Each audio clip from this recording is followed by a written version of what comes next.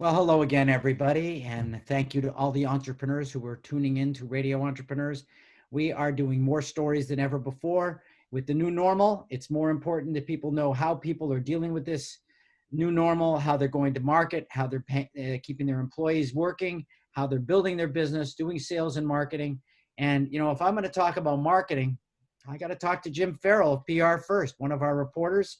Welcome back, Jim. Thanks, Jeffrey. It's great to be here. I bet, when we're living with a total crisis, you must be going crazy working with clients right now. What are the type of things you're seeing and doing right now to help clients really stay in business and stay in the game?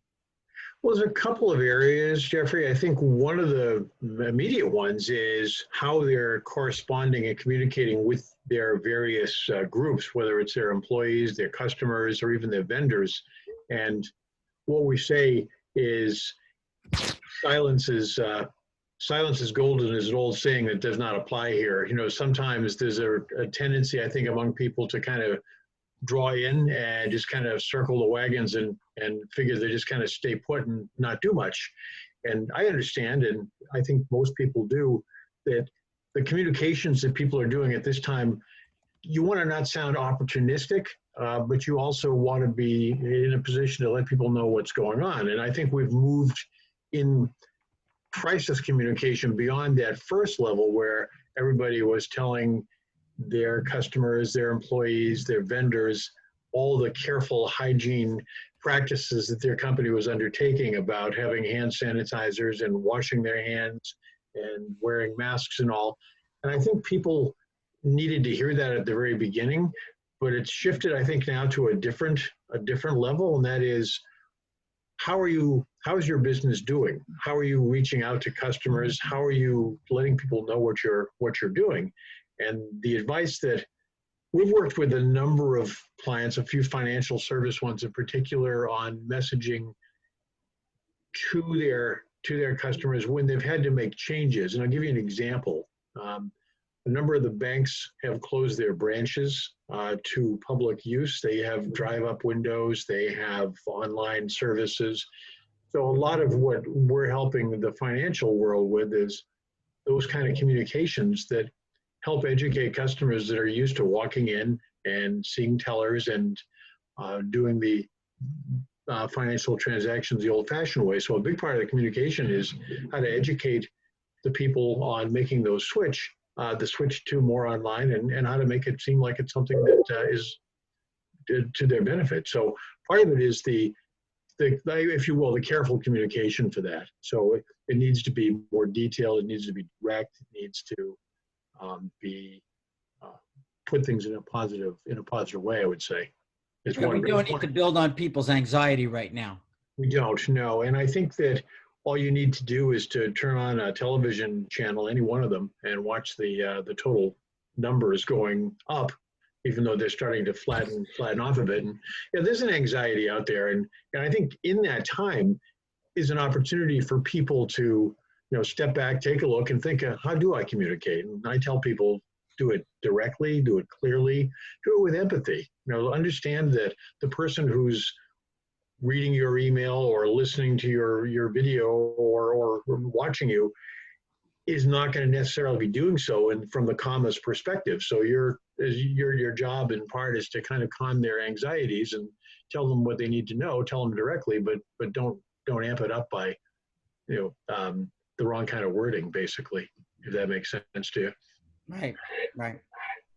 Are you finding certain industries are a little better prepared than others for dealing with this, or certain types of people? We'll deal with the psychographic too. I mean, I guess there are some people for whom a crisis is less daunting than others. I guess I would say, as a general statement, I don't think anybody was really prepared for this, from our federal government down to our businesses. No one 3 months ago saw this coming. But the companies that have crisis management plans in place and they have crisis communication plans in place are finding the going to be a little bit easier.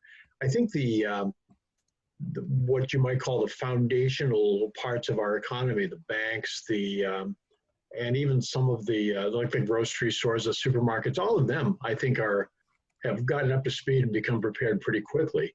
I think the ones who seem to be struggling are the smaller, the retailers that don't know quite where this is going to end or how it's going to affect them. So I think there is a lot of anxiety out there, and part of what we're all trying to do is figure out how do we get through it in a meaningful way. Right, right. So if this becomes the new normal, how are you personally going to run your business differently than other businesses? You're an entrepreneur. Well, I think we're all getting very used to the online platform, Zoom, GoToMeeting, Skype.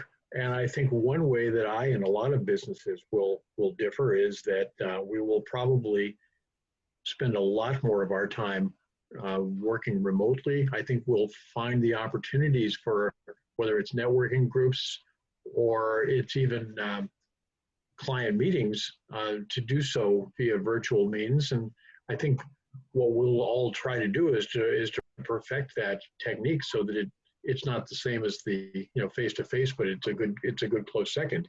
I think I heard a group talking the other day, and they included some commercial realtors.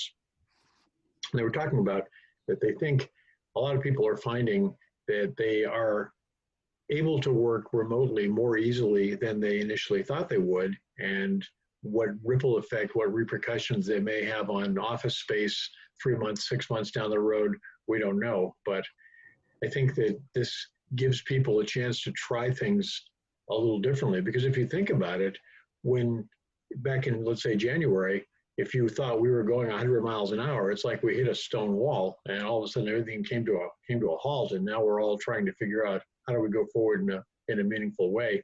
I think some aspects of the economy are busier and bigger and stronger than ever, and there are others that are just that have tanked. And part of the challenge for the strong parts of the economy is the way they communicate and let people know what they're doing, what they're offering. And for the other ones, it's where do we go? What do we do? And I think if I could offer some advice to clients or to, I should say, business owners about communication, I would say it's time for you to think about how you reach out to your various audiences, your customers, your prospects, your employees, and maybe take the opportunity to remember that people are looking to others to serve as advisors, as almost as a trusted advisor, to help people see the light at the end of the tunnel, so that, like, as CPA firms are providing a lot of information on this Paycheck Protection Program, but even IT companies that are providing useful information to their clients, and go a little bit beyond the traditional sales approach and really think about what is it that person that's reading this email needs to hear, and try to go a little bit beyond and give a little more, give a little back. And I think it always comes back to help people when they do.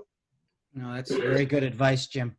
We've been speaking with Jim Farrell, the wise one, Obi-Wan Kenobi Farrell, president of PR First. Jim, if someone's looking for your advice about how to handle these things, communication during these times, how would they find you? Easiest way if you want to reach me directly, would be by my email, which is jfarrell, it's JFARRELL at prfirst.com. Our website is prfirst.com. And I'm always happy to talk to anybody and to offer whatever advice we might be able to.